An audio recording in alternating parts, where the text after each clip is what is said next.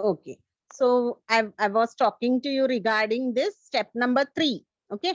You have to balance the number of oxygen and hydrogen atoms as they are unequal, no?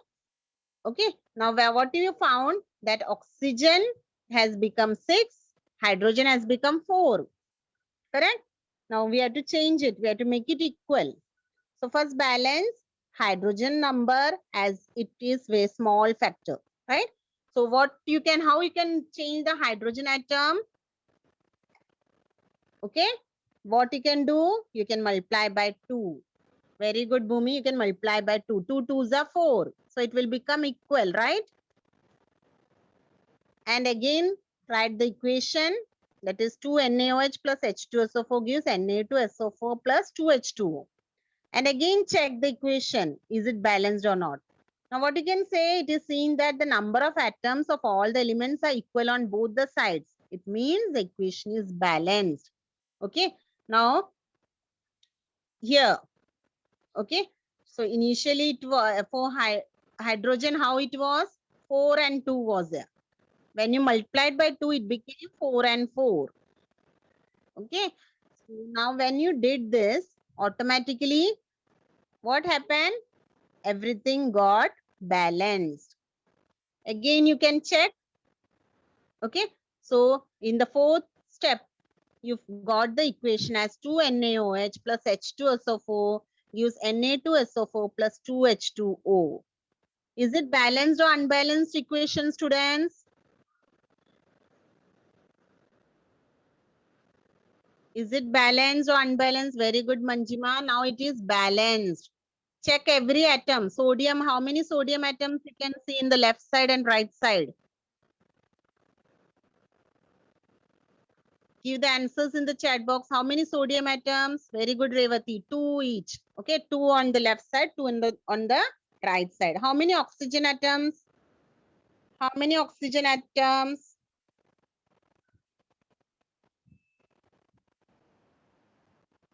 6 oxygen atoms. Very good, Bhumi. 6 oxygen atoms are there, right? Both the side you can check. How many oxygen atoms are there? 6. Okay, 4 plus 2, 6. Correct? What about hydrogen atom? How many hydrogen atoms you can find in the left side? 4. Very good. In the right side also, how many hydrogen atoms? 4. So hydrogen is balanced. Now only sulfur is left. What about sulfur? How many sulfur atoms in the left and right side? How many sulfur atoms in the left and right side, students?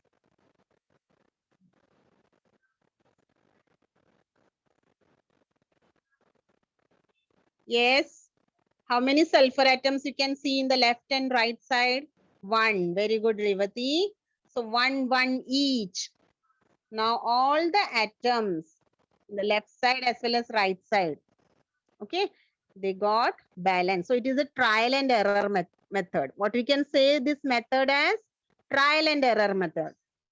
Correct?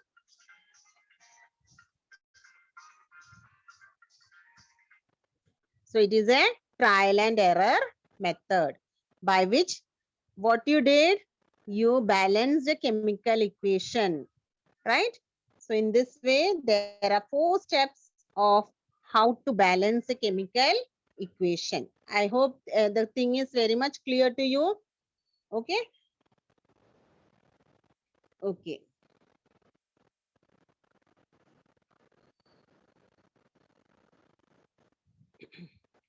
Okay, students, our next topic is to learn the types of chemical equation. There are basically 4 types of chemical reactions.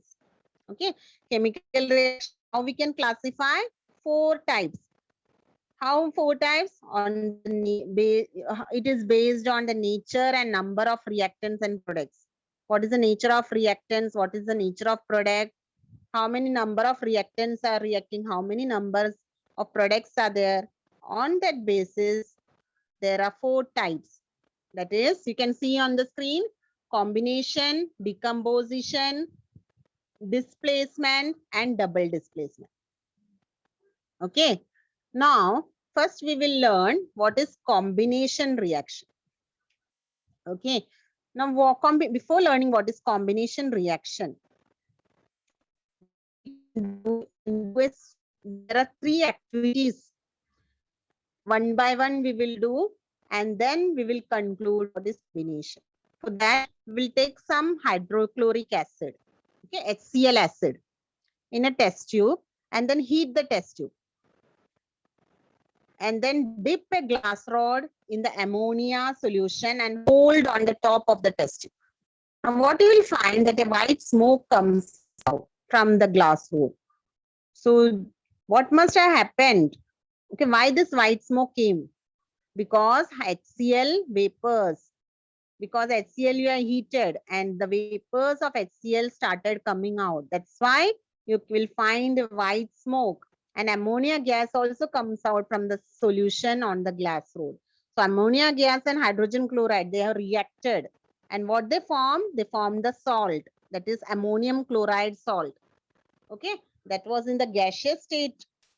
But immediately what happened? Condensation occurred and it get transformed to solid state. That's why what happened? White smoke came from there.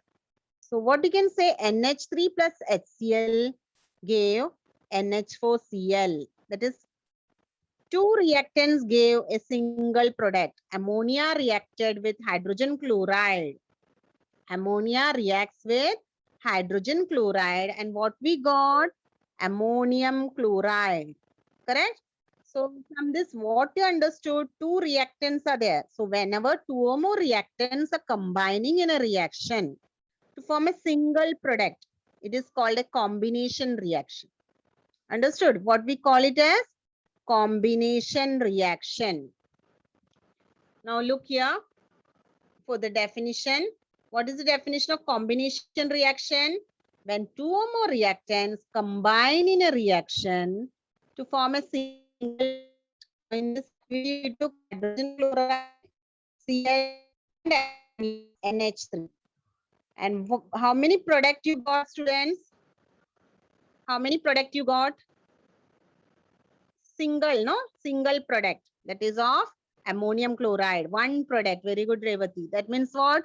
From two reactants, you got a single product. That's why it's a combination reaction.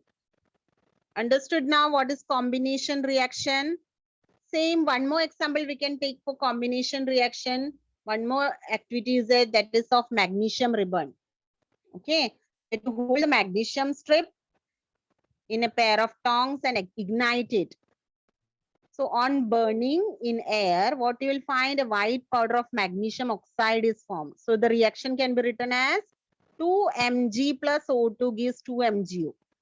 Now in this reaction, magnesium oxide is a single product formed by combination of magnesium and oxygen. So one product you are getting here, MgO. Correct? Similarly, take water, another one more activity, take water in a beaker up to half its capacity.